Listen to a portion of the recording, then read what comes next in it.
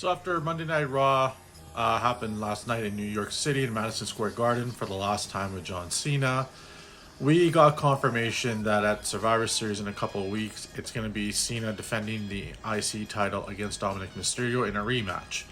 I'm not going to lie, it was a little bit disappointing. The way I figured things would go after he won the belt the previous week in Boston by surprise, I thought when Dominic interrupted him yesterday that would lead to a rematch then and there, and that way it leaves Cena available for War Games in a different match with a different opponent, or to join in for the War Games match itself.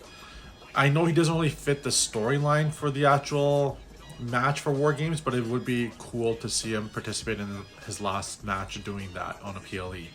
So, I mean, I don't think it's going to happen, but it would be cool, for example, let's say they took out Jimmy. Somebody sneak attacked Jimmy the day of the PLE at the event.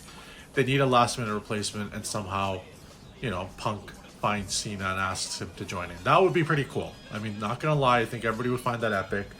And, Cena can kind of have his revenge and take on Brock in the match as well, and also get to mingle with all those new guys like the Bronze that he hasn't taken on before, or Drew McIntyre in his new role.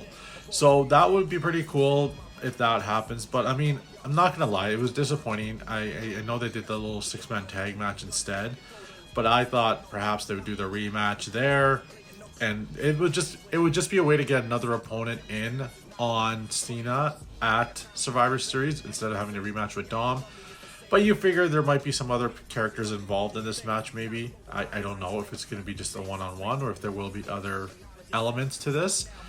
And, I mean, based on the tournament, we also probably have an inkling in terms of who Cena will face in the final match in Saturday night's main event in December. But for now, I'm just a little bit upset about what happened there.